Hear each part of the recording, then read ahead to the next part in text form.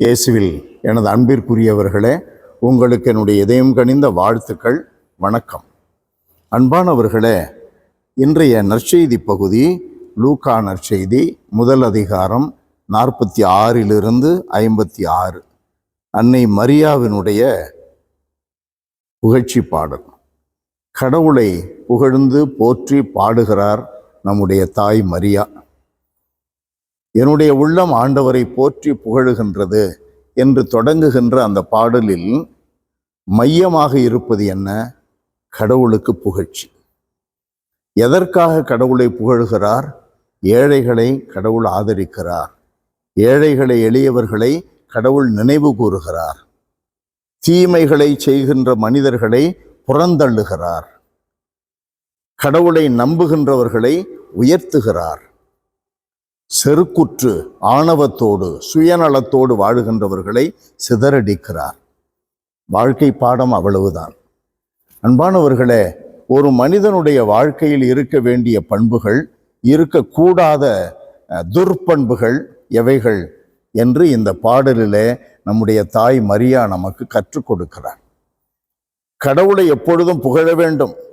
எசாயா 43:21 நாம் வாசிக்கிறோம், கடவுளை புகழுவதற்காகவே இந்த இனத்தை நம்மை கடவுள் படைத்திருக்கிறார். நமக்கு இலக்கு அதுதான். இலக்கை நோக்கிய பயணத்தில் கடவுளை புகழ்ந்து கொண்டே போனால் என்றென்றைக்கும் அவர் திருமுன்பாக புகழுகின்ற நிலைவாழ்வை அடைகிறோம். எப்பொழுது மனம் புழுங்காமல், வற்புறுத்தலில் இல்லாமல், சுயமாக பெறுகின்ற அனுபவிக்கின்ற எல்லா கடவுளுடைய இரக்கத்தையும் நாம் உள்ளத்திலே கொள்ளுகிறோமோ, அப்பொழுது நம்மை அறியாமலேயே கடவுளை புகழ்ந்து கொண்டிருப்போம், கடவுளுக்கு நன்றி சொல்லி கொண்டே இருப்போம். அப்பொழுது கடவுள் நம்மை வழிநடத்துகிறவராக இருப்பார். நாம் கடவுளுடைய இரக்கத்தை அனுபவிப்பவர்களாக இருப்போம்.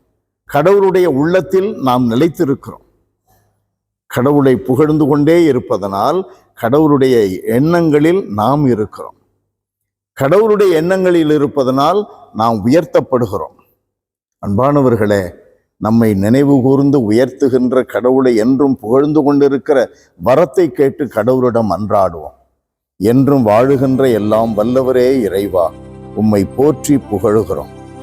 எங்களுடைய அன்றாட வாழ்வில் உமக்கு நன்றி சொல்லி காலம் முழுவதும் அதை தொடர்ந்தாலும் கூட நீர் எங்களுக்கு செய்து வருகின்ற நன்மைகளுக்கு தகுதியாக நன்றி சொல்ல முடியாது என்பதை நாங்கள் உணர்கிறோம். எங்கள் மூச்சு காற்று உம்முடைய அருளினால் கிடைக்கிறது. எங்களுடைய இதய துடிப்பு உம்முடைய இரக்கத்தினால் கிடைக்கிறது. எங்களுக்கு கிடைக்கின்ற இந்த வாழ்வு உம்முடைய கரங்களிலிருந்து கிடைக்கிறது. எந்த நன்மைக்கும் நீரே ஊற்று. ஆண்டவரே, இதனால் இந்த நன்மைகளை பெற்று உம்முடைய இரக்கத்தை அனுபவித்து உம்முடைய உயிரில் நாங்கள் தொடர்ந்து நிலைக்க எங்களுக்கு அருள்தார்.